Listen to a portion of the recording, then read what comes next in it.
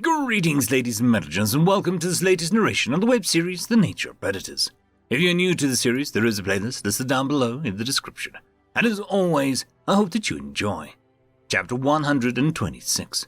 Memory Transcription Subject, Captain Sovlin, United Nations Fleet Command. Date, Standardized Human Time, January 16th, 2137. The Terrans were well informed on the base's design, perhaps having obtained blueprints of fossil underwater mechanisms. Our submarine had glided under the bottom of the structure, which triggered an automated hatch to unseal. We ascended into a shaft, and it resealed upon detecting a full volume of our displacement. The water drained from the chamber before a gentle computer voice welcomed us to the galactic archives. It was time to take the mantle of authentic history back. I could feel my emotions in turmoil as we geared up. Tyler, Carlos, and Samantha were wearing full-face respirator masks, along with the rest of the landing party. It was simple to determine through our instruments that we were in a normal pressure, fully aerated environment, but the Kolshian side of the conspiracy had dabbled in aerosolized weapons. The UN was taking extra precautions to avoid future incidents of cured soldiers. The next attack would be worse than the cure if they could target specific genomes with disease. If the vassal went to all this trouble to hide a historical cache, there's no telling what we'll find here. We all accept the risks that they could flood or blow it up with us inside, sabotaging the mission. We disembarked in a hurry, knowing other submersible craft were followed behind us. Giving the fossil time to destroy evidence or trigger destruct mechanisms was an unacceptable risk. Aliens like myself and Onzo were given the choice of whether to wear biohazard gear, so I opted not to. What were they going to do? Cure the Gojid race again? However, the Yodel, despite belonging to a herbivore species, had donned a specially fitted mask over his snout.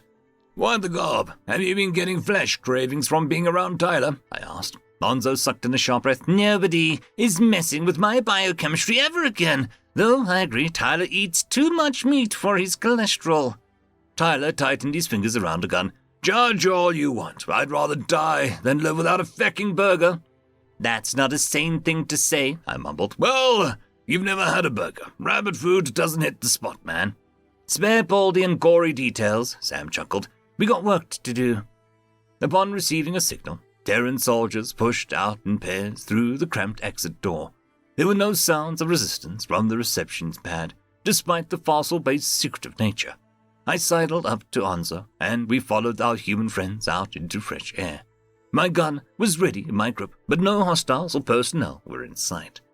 There was only a modest service door, which could be rigged with traps. Perhaps armed guards were waiting for us to enter the main area, before mowing us down. With that very suspicion in mind, the humans blasted down the unlocked door with charges.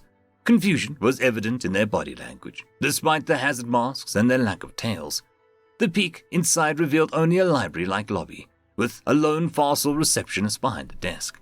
She gasped in surprise and abandoned all focus on her workstation. If I wasn't mistaken, her drooping ears were scrunched with some level of unhealed grief. "Are they planning to kill us? Intruders on sight, and this alien is a rare soul with a conscience. Grief doesn't make any sense." "Hello, I'm Archivist Vike." Vassal laid her empty paws out carefully and didn't flinch as UN soldiers crowded around her. "I'm the only receptionist on duty, and I will help you find anything you are looking for. All records are stored in physical nodes for security reasons. There are a few staffers on duty in each room, but they are unarmed historians, not a threat to you." Tyler, being an officer on Monahan's ship, took charge of the situation. "Why should we trust you?" "Us archivists all wish your experiment could have succeeded. We exhausted every avenue and tried to revive it every so often. I knew a human well once. Danny, his name was. He got, sick, just like you all do. I haven't interacted with any humans in a while. It's not worth it, getting attached to a creature with such a short lifespan." I blinked in confusion, trying to discern what the fossil archive was referring to. Anything involving inhuman experimentation was not above board, and the conspiracy's typical aim was to snap predatory habits. Why would this clandestine receptionist have known a human? Why would she care about him getting sick, to the point of showing grief? The Kolshian fossil conspiratory treated Terran lives as toys, not viewing them as people. "Choose your next words very carefully, Vake. What experiment? The blonde officer jammed his gun against her temple, chest trembling with distaste. "Have you captured more of our fecking civilians?" The fossil stiffened. "I assumed you knew. You're not here to learn about your kind's, condition." "The fuck are you on about? You came here for your community records, but now you sure as shit gonna spill on what you're talking about." "It would be easier to show you. Shall I take you to the human room? It's dedicated to your kind's exploits." "Fine! Don't try anything smart. Go ahead, lead the way." Vake pointed with a claw to a swipe card and slowly reached for it and Tyler's nod. The fossil walked to the stairwell door and tapped the plastic reticule against the scanner. With a beep, the locked barrier clicked open, permitting us entry without use of force. The Terran soldiers were on edge, expecting the staffer to spring a trap at any minute. I didn't understand why she was so compliant, yet unafraid. Tyler kept the gun barrel close to her head, not letting her stray from his guiding touch. A few personnel were left to guard the reception area, as we followed the fossil blindly. The Galactic Archives appeared to be a multi-level building, with entire rooms dedicated to collecting items and record-keeping for the Soul species. Fishing a visual translator out of my utility belt, I scanned it over the various labels: Crocattle, Sivkit, Ankari, Arxor. The last label gave me pause as I craned my neck to peer into that room. The Crocattle, the Sivkit, and Ankari rooms appeared to have a small number of staff from the native species, clearly ones brought into the fold. For obvious reasons, the Arxor space lacked such inclusions. Nobody would be insane enough to employ the savage greys. Recalling my anger upon learning what the Koth's tale was true, I wanted to see for myself any documentation the Federation had of risks. Our priority was getting to the bottom of the fake story about humans. It also interested me what the fossil knew from their initial observations of Earth. I was uncertain whether the ancient, primitive predators had shown their redeeming attributes back then, during the vicious wars. Furthermore, we could discover the exact details of why they pronounced the Terrans dead, without verifying the fact beyond all doubt. "Human," Vake read off a solemn plaque at the end of the hall. "This is the one you want. Give me a moment, please." The human door was different from the rest. It was sealed off by magnetic lock, which was a step up in the security from even the Arxor. The only rationale I could think of was that the fossil were hiding something about the Terrans' past, that not even their colluders all had clearance to know. What had they seen on Earth that would be that devastating if it got out? Vake swiped her card over the scanner and was given an odd confirmation message.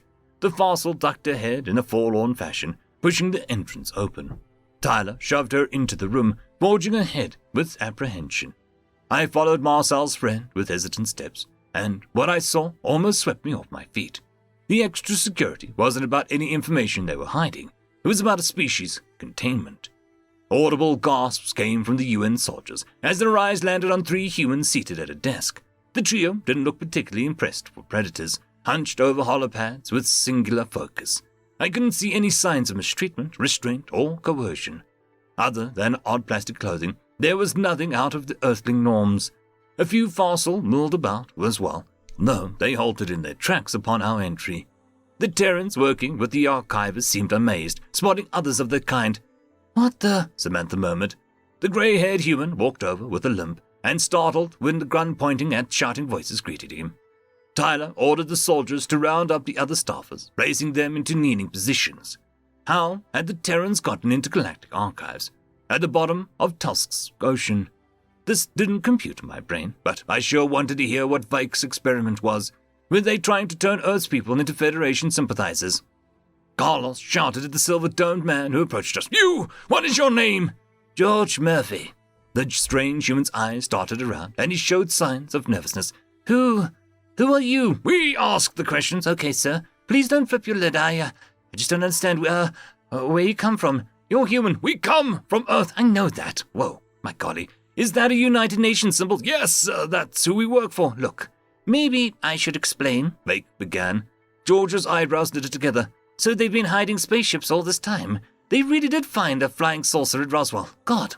"I'm not sure what they've been doing to your mind, but there was no hiding about the FTL tests," Carlos replied. "It was live-streamed everywhere, from Earth to Mars. If you somehow missed that, it was pretty damn hard to miss the raid on our motherland." "Live-streamed? Mars? Raid? Sir, What is today's date? January 16th, I think. The year 2137. George's eyes rolled back at his head, and he passed out cold on the floor. Carlos seemed stupefied as he knelt and lent medical aid. Mr. Murphy's two colleagues bore horrified expressions, slipping into a state of panic as they overheard.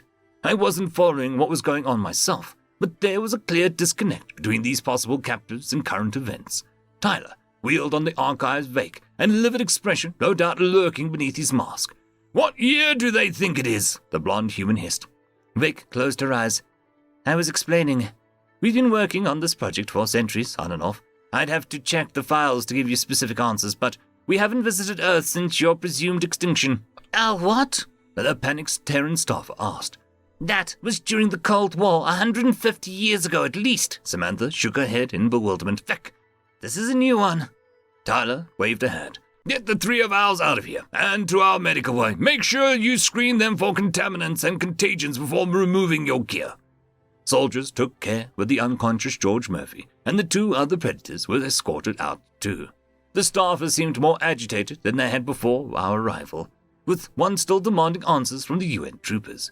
Vake watched as the strange Terrans were herded out, and her fossil cohorts were lined up against the wall. The receptionist squirmed under Tyler's glare, breathing a deep sigh. I'll tell you as much as I know. So, we visited your planet after hearing your signal broadcasts. We have thousands of hours of footage of you. You can look through it on the mainframe there. Ask any of us an eye scan to bypass the password, if you want to, Vake said hurriedly. I can see that you know nothing about the project. Officer Cordona leaned towards her with a menace. I better be made to know something in a hurry. If those humans are that old, how are they still alive? Cryosleep. Are your kind familiar with the concept? Yes. What I'm still not familiar is with the fact that you've been abducting humans for centuries. When we learned that there was a second predator species, let's say that we were concerned. There was a sample size of 1 with the Arxor, and the cure failed in a horrific fashion. We're more the behind-scenes types than the Kolshians, so we always get the first test subjects for an operation. We record the information about every species, okay? Go on, Vake. Tell me exactly what you did to these poor people. To all the people like us throughout the galactic history. Easy now. We secretly snatch up a few subjects for all meat-eaters, keep them chilled while the Commonwealth runs their calculations, then begin a few rounds of testing. Despite your high aggression, it would have been wrong to authorize a genocide without doing everything we could to save you. Your trials would determine scientifically if the cure would work on a predator, a species that killed on its own. I found myself pacing as the humans did, resisting the urge to chew my claws. Why had these Terrans been so compliant with the fossil's whims if they were kidnapped? The predators didn't usually give in so easily to intimidation, and these seemed to be working with minimal supervision. My intuitive feeling was anger, knowing that innocent civilians had been whisked away under every species' nose. Goju denizens had this done to them without a clue what aliens were. What could random people off the street have done to deserve taking away from their lives? This is an atrocity. Bonzo seemed appalled too, judging by how rigid his tail had gone. The Yodel must be wondering if his kind had been kidnapped in a similar fashion, despite being herbivores after all. We'd seen Sivkid staff working here, and they were plant eaters. Knowing the marsupial, I bet he was itching to run off to the Yodel chamber next. It would reveal the stark details of their uplift, and any steps taken to mitigate their uncanny aggression. You knew the cure worked on us, and you still participated in the raid on Earth, Tyler hissed. Vake shied away from him. I'm getting there. We were quite hopeful when we were administered the cure. The humans were all quite receptive to it at first. They were fine, and we were starting to give the Kolshians a hopeful prognosis for Earth. Sure, the aggression was a nightmare, with you crazy predators resisting beyond what was reasonable. Most had to be locked away. We learned with the second batch. You're talking about human like we're a batch of feckin' cookies. What was your medical recipe for the teen predators? Drugs? Torture? No. We got them to cooperate of their own free will. It was a matter of not telling them that we administered the cure. Instead, say that other aliens had infected them, and we were studying it for their benefit. Scares them at first, but they come around. Then we ask them about their culture and claim that we're studying it for posterity. They document anything they remembered quite liberally. They were willing to work with us, despite us being prey. Your kind can be rather charming. Gee, thanks. Less pandering, Vake. I meant that. Anyhow, we solved your temperament as well enough. Humans could be manipulated. Long as they weren't left unsupervised, they wouldn't fight.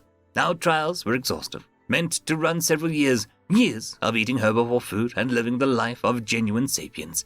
We wanted to believe in you, but when we were about to pass it off to the Kolshians for broader studies, it all collapsed. Collapsed? The fuck does that mean? Collapsed how? The subjects started getting sick, every last one of them, and we couldn't do a thing to stop it. Physical maladies and mental impairments were lesser symptoms. In some cases, they went insane. Hallucinations, not sleeping, depression, deranged aggression, total memory loss. Death occurred on its own, even for the ones we didn't have to put down. We call it, the hunger. Humans go mad without flesh. The hunger? That can't be right. Dr. Barhol says that humans don't have a bloodlust or a need to eat animals. Prolonged abstinence would really result in insanity or hunting bursts. Carlos leaned down to my ear. B12 deficiency.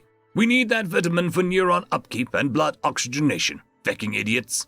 Now Kolshians were busy crafting a story, trying to explain your, eyes.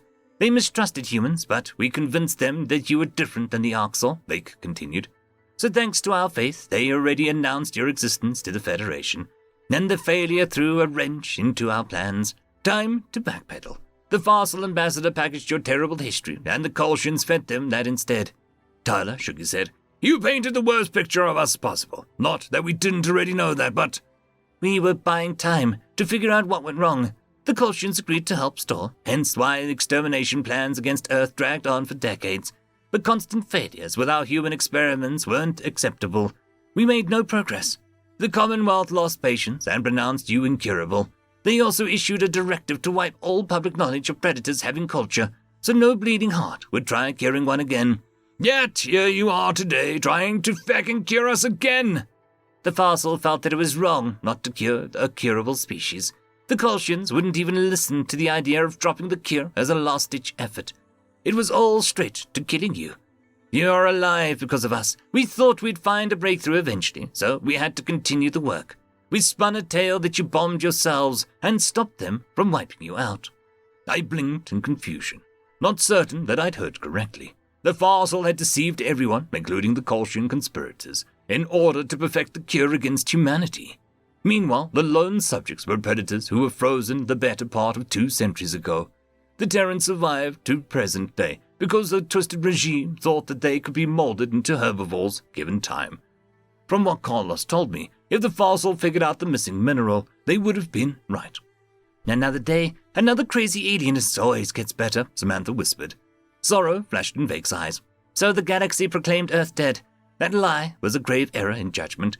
We were blinded because we grew attached to the subjects. We still care, even after everything that's happened. But due to perpetual failures, the fossil came to believe the Kolshians were right.